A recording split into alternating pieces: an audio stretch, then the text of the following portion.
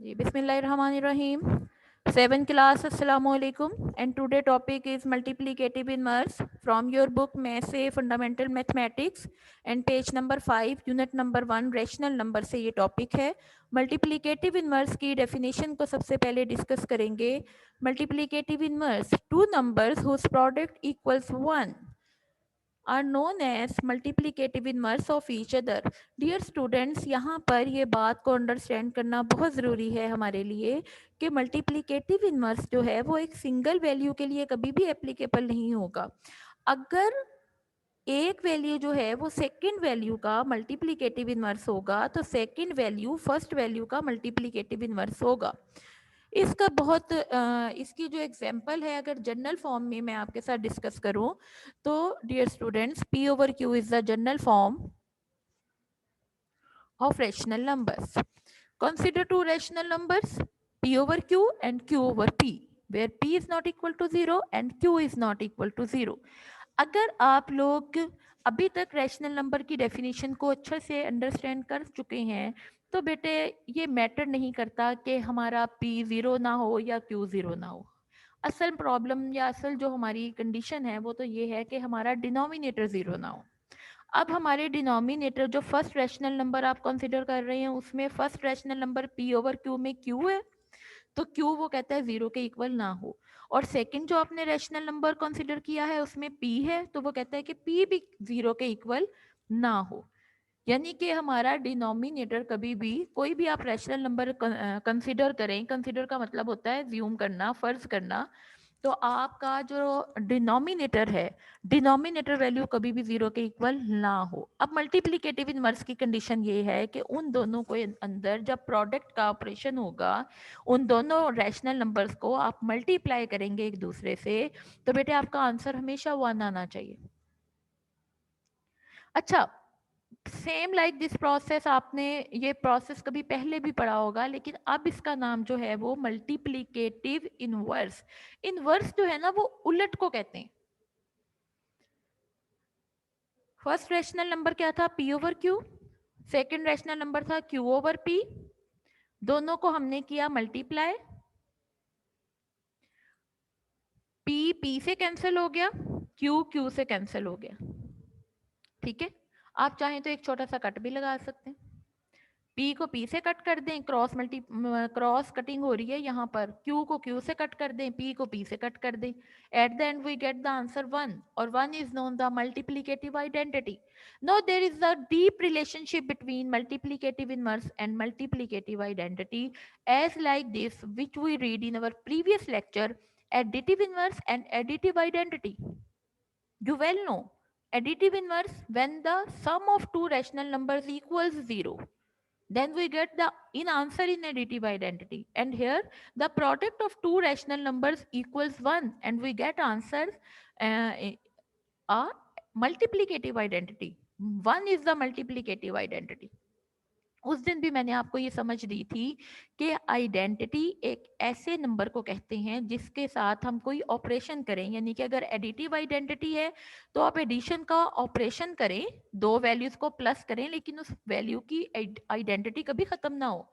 इसी तरह multiplicative identity का मतलब एक ऐसा नंबर है कि अगर आप किसी भी दो नंबर्स में मल्टीप्लिकेशन का प्रोसेस करें लेकिन उस नंबर की कभी भी आइडेंटिटी खत्म ना हो. 1 को मल्टीप्लिकेटिव आइडेंटिटी क्यों कहते हैं?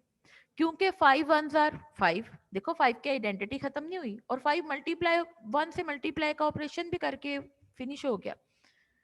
9 once are 9, 2 once are 2, 3 once are 3. इसका मतलब कि मल्टीप्लिकेटिव आइडेंटिटी 1 होती है, एडिटिव आइडेंटिटी 0 होती है.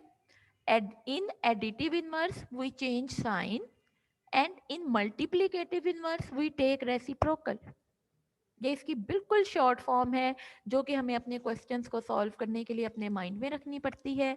मेरे साथ चाहें तो आप अपने घरों में बैठकर इस बात को रिपीट भी कर सकते हैं, बोल सकते हैं आप फिर भी, तो आपको ये बातें आपके जहन में बैठ जाएंगी.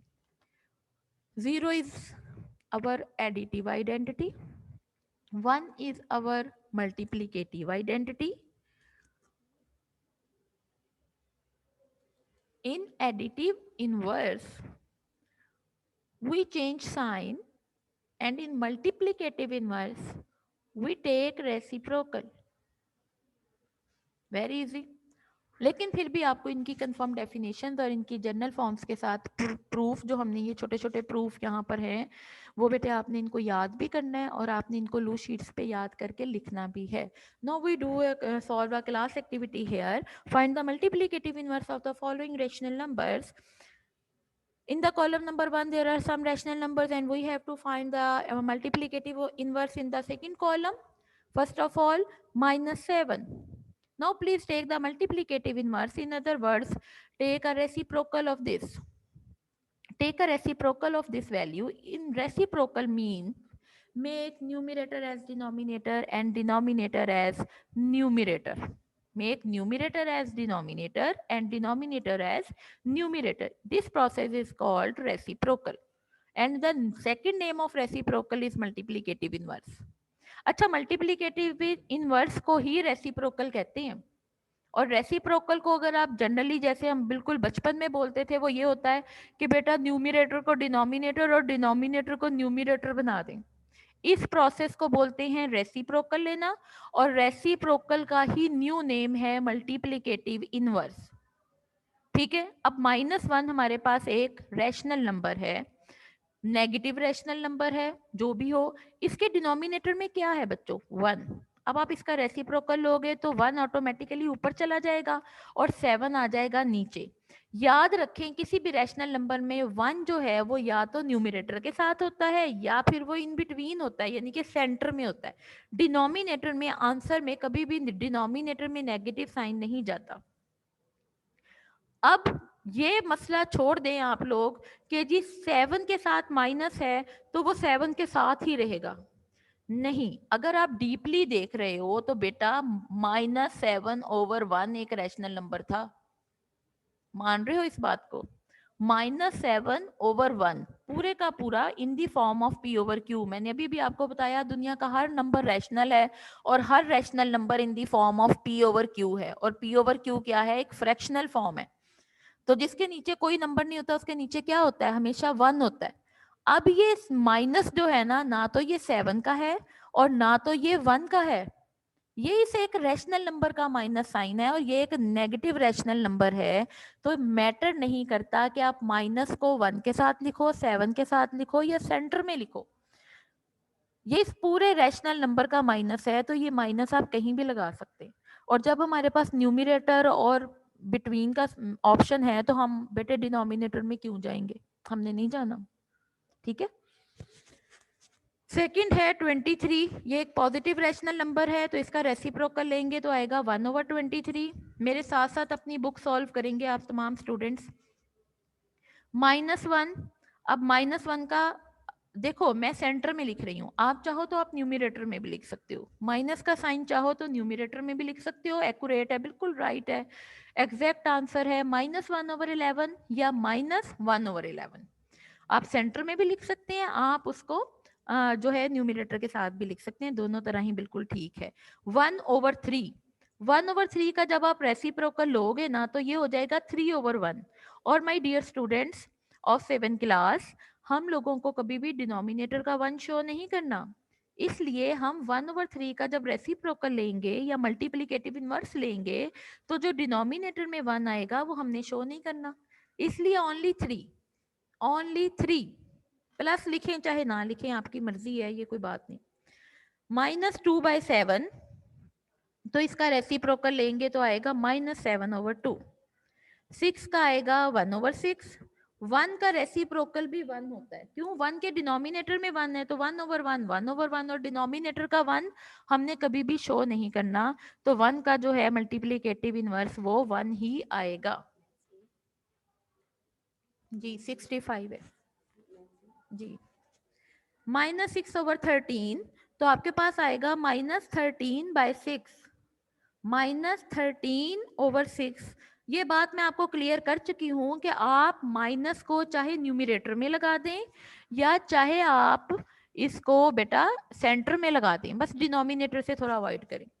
-1/100 तो ओनली 100। पेज उलट लें और पेज नंबर 7 पे आ जाएं।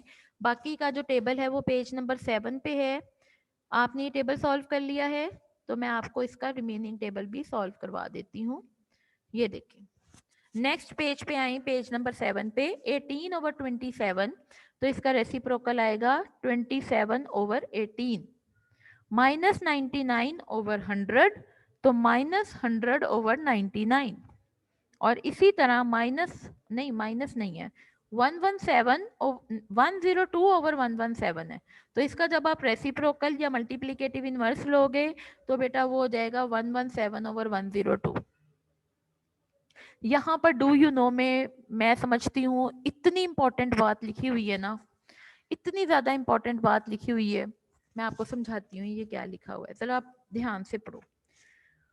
For any non zero rational number, non zero rational number का मतलब ये होता है कि ना तो जीरो जो है, नॉन जीरो का मतलब होता है कि जो जीरो है वो ना तो कभी न्यूमरेटर में आए और ना ही कभी डिनोमिनेटर में आए, उस रैशनल नंबर को बोलते हैं नॉन जीरो रैशनल नंबर, जिसके अंदर जीरो आए ही ना, उसको बोलते हैं नॉन जीरो रैशनल नंबर, जिसके ना तो न्यूमरेटर में जीरो हो और ना तो डिनोमिनेटर में जीरो हो। For any non-zero rational number p over q, we have another non-zero rational number q over p। ठीक है, हमारे पास दो रैशनल नंबर हैं, एक नॉन जीरो रैशनल नंबर है p ओवर q और एक और नॉन जीरो रैशनल नंबर है वो है q over p। This number is called the reciprocal of p over q।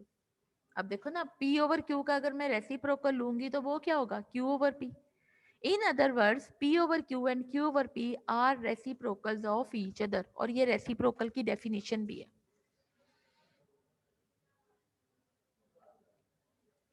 ये रेसिप्रोकल की डेफिनेशन भी है। यहाँ पर बेटे आज आपका लेक्चर जो है वो फिनिश हो गया।